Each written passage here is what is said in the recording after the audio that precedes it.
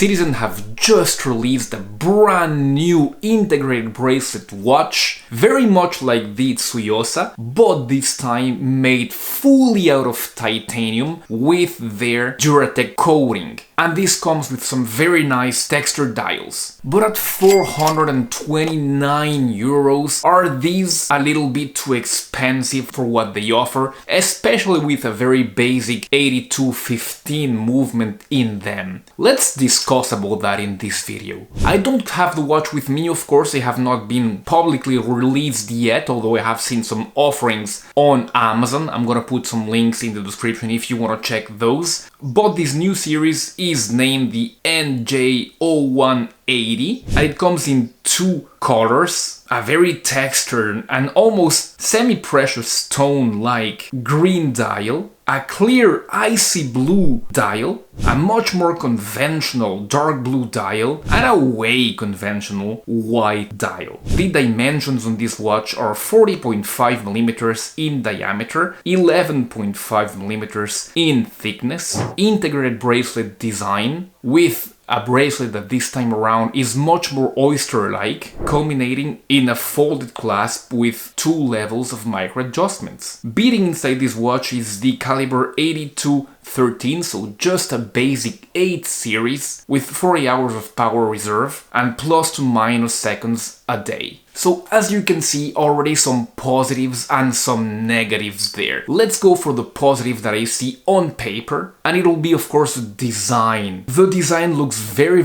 good. Many people were clamoring for the Tsuyosa to have the crown at 3, and well, here it is, a Tsuyosa with the crown at 3. The integrated bracelet design looks very good. Second positive, the material. The watch case and bracelet is fully made out of titanium, and that is wonderful, with Citizen proprietary Duratect anti-scratch technology that should make this watch 5 times more resistant to scratches than classic stainless steel. Just to call back to Citizen's history, Citizen was the first watch company to release a watch made out of titanium. That was way back in 1970. So they do have a lot of expertise with titanium. By the way, here's my ProMaster, which is made all the way out of titanium. A very nice watch, and I can attest to that scratch resistance from the Duratect coating. Third positive would be those dials, especially the blues and the greens. They look spectacular, I believe, with those very nature-inspired textures. As I was saying, the green looks like a semi-precious stone in the rough, very well made. The blue looks like a piece of coarse ice, and the dark blue is also quite impressive. The hands are quite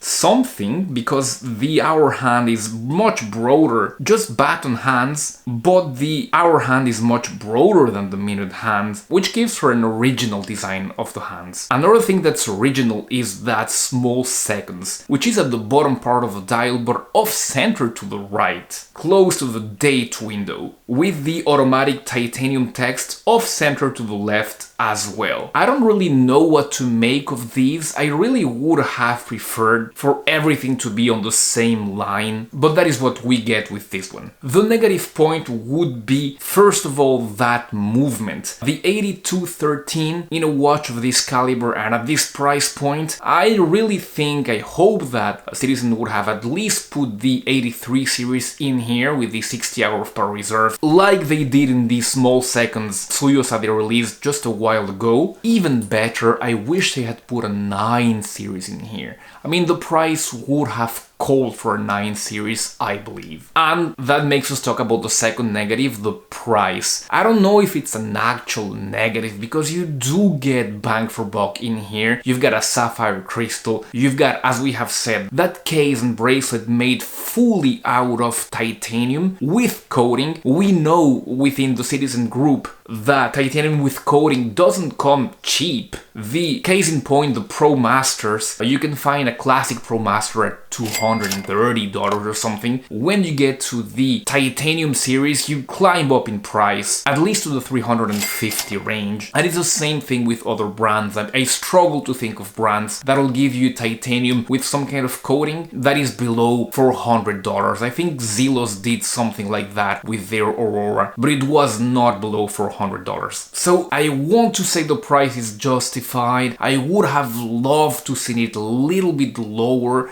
$399, from $350 to $399, I would have really been over the moon. $429 is, yeah, I think it is correctly priced, but you really do think about it before pulling 430 euros for a watch, and this just tips it over that psychological edge, I believe. But in any case, a very nice looking watch. I'm gonna see if I can get one for review. I really hope that I can. There's not a lot of them online at the moment. We'll see how it goes. What do you think? Are you excited for this watch? Do you think that it's a little bit too expensive? Do you hope that Citizen had put a 9 series on it and that they would have upped the price maybe for 50, even 500 for example? That would have been a nice proposition, this watch with a 9 series for 500. I do believe that would have been sellable. Well, what do you think anyway? Please do let me know in the comments below. And of course, if you have not done so, subscribe to the channel right now. Thank you very much, and I'll be seeing you very soon.